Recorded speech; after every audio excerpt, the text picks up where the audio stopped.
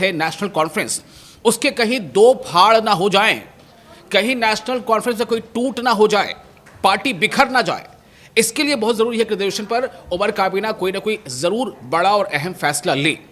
तो हम आज इस पर बातचीत ये करेंगे कि आखिर ऐसी कौन कौन से ऐसे मुद्दे हैं जिन पर उमर काबीना बैठक कर सकती है, यानी बैठक में वो मुद्दे ज़ेर गौर आ सकते हैं, और न सिर्फ ये ज़ेर गौर आ सकते हैं बल्कि उसमें फैसला भी हो सकता है।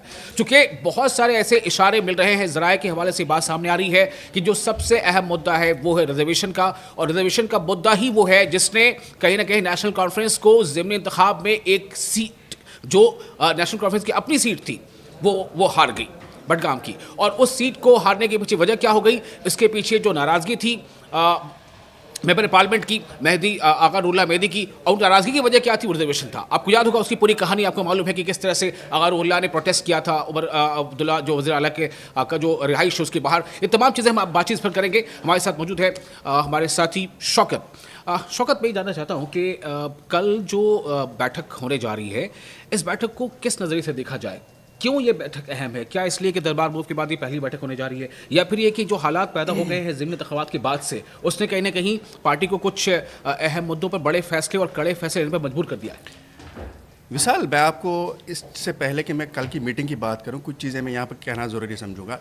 अभी रिसेंटली 3-4 दिन पहले जो उमर अब्दुल्ला के जितने भी गवर्नमेंट में जितने भी एमएलए थे हुक्मरान इत्तेहाद की, उनकी एक मीटिंग हुई थी। तो जो सोर्सेज है उनका ये कहना है कि मीटिंग में मैक्सिमम ऑफ द एमएलएज ने ये वाज़ह तौर पे बात कही है, वाज़ह तौर पे अपना पॉइंट रखा है कि भाई लोगों में नाराज़गी है, लोग बिल्कुल उमर हुकूमत के खिलाफ जा रहे हैं, और एक जो पब्लिक ओपिनियन है वो बिल्कुल हुकूमत के खिलाफ बन रहा है। तो अब कुछ करना ही होगा।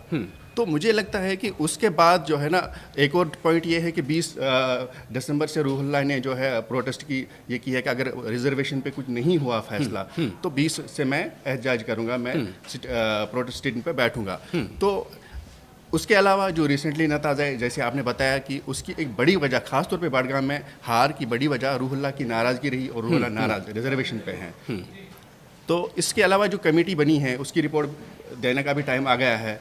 तो इस वक्त सबसे बड़ी पॉलिटिक्स जो जम्मू कश्मीर में हो रही है वो रिजर्वेशन पे ही है। अभी रिसेंटली अगर आपने देखा होगा, अकाउंट असिस्टेंट्स की पोस्ट्स आई 600। जी। तो उसमें फिर सिर्फ 240 पोस्ट्स ओपन मेरिट के लिए हैं।